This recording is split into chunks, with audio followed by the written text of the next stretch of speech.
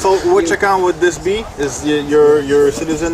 Yeah, that's bond tracking number, or the what's the other thing they call it? It'll come to me. Yes.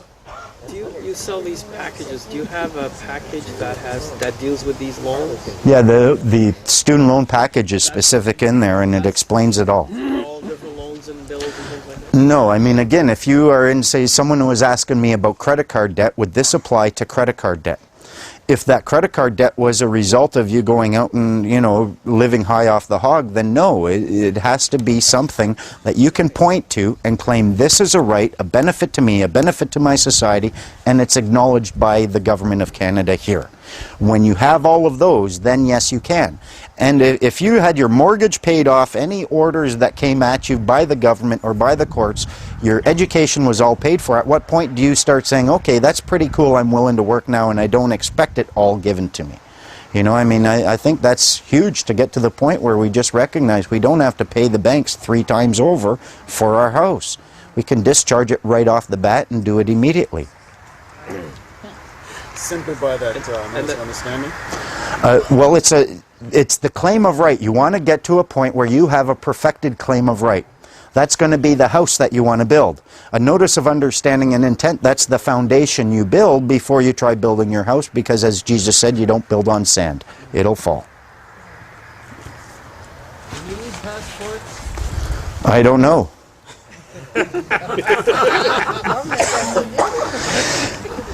Whether or not, it depends. If you go to some countries, they are going to be operating from a perspective where if you don't have one, you're going to be hooped.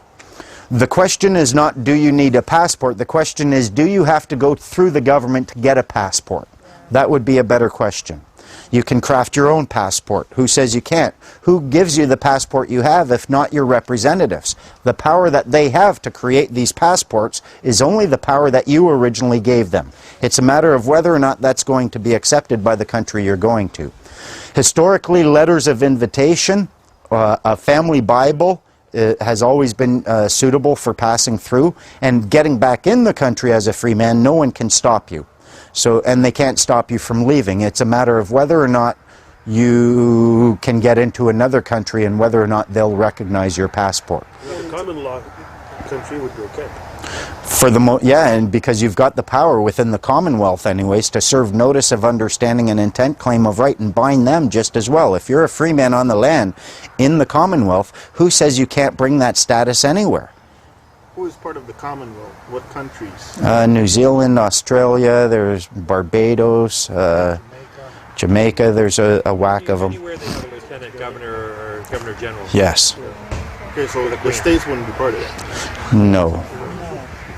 Don't have a governor general there.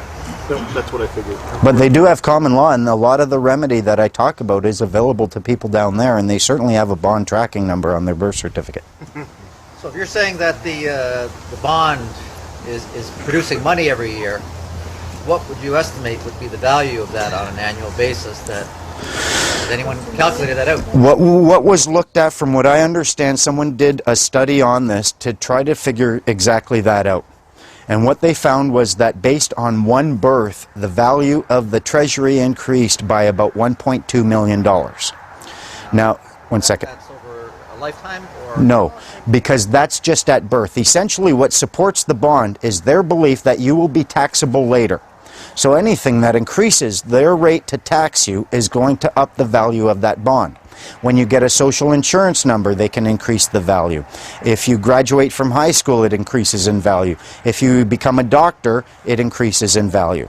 For a doctor, that bond might be worth $50 million, and it might be generating $5 a year. What it does basically boil down to is your ability to be taxed, and it represents your ownership in the country. So if you were to look at the value of the country and then divide it by the number of people, then you would have a very good rough estimate as to the value of that bond, the fundamental on the market value of what that bond is. Divide that by what you could get, say 4%, and you're looking at pretty much what it's generating. But it's generating, dude, every one of your bonds is generating at least $1 million a year. So where's all the money going? Dude, look around. Look around. Look around, it's going into the politicians' banks, it's going into their lifestyle, it's going into their roads, their system, their bureaucracy. I mean, they're looking at, look at how much it takes to get you to beg for a license. That's what it's going into. And if you stop feeding this thing, if you start taking control of it, you stop feeding the beast that you're complaining about anyways. And that's the best way to fight it, just stop feeding it. Stats Canada does the calculations. For what? Everything.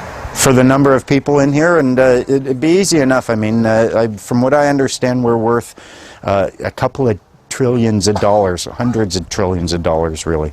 And that's just what we have easily accessible within the next 10 or 20 years. If you look at the full thing, I mean, we're totally rich. We're immeasurably rich. Can you go up to Yes, I can. an office and find out the present value of that bond? This has been something that a lot of people have been trying to do, and yet the best way to do it is with a notice of understanding and intent and a claim of right, and you apply the value to it. If they don't respond. Why not? Can you take control of the administration of that account? Absolutely. How so? It's only your representative doing it. It's your fiduciary agent doing it, your fiduciary trustee. They're acting with power of attorney. You fire them, and you lay claim. The problem is this. People put money into it, essentially. They want a safe place to put their money. They don't really care about the interest. They just want to know it's going to be there in 10 years. This is a safe place to put it because you're not personally in charge of your own account. It's kind of like you have a mat and they're all tied together. Because it's working as one cohesive thing, it's a safe place because one will support all the others. You cut yours off, you might have claim to that, but then they might say, okay, well, I want my money back now. Right, okay. You've used the word trustee. Would you mind explaining? I think I understand it already because I've heard it explained before, but because you've used that word 2 or 3 times, could you maybe explain to them that the act of the trust, they've actually set this up as a trust structure? Yeah, it's a trustee account. A trustee essentially has the highest duty of care, either in law or equity, to the person that they're acting for. They are given something of value, either something in financial or a right. It can be either something tangible or intangible, but they're holding it, ensuring that when you come back and say, here, give that back to me, it will be in the exact same state that when they gave it to you. This is why when you have to apply, say, for you want to upgrade your house, you got to go get a permit to do additions. The reason is you registered this property with someone who is now a trustee, and you put them in a position where they have to ensure that they can give it back to you in the state that you gave it to them. It's like if you're a trustee of, say, someone's record collection. Yes, you can listen to it. Yes, you can use it like it's your own. But one scratch on it, you're liable. So you're better off really just putting it aside and not even touching it. You do have the right to access it and use something as your own, but when someone comes and asks for it back, it better be there ready for them. This is the trustee relationship. Am I close?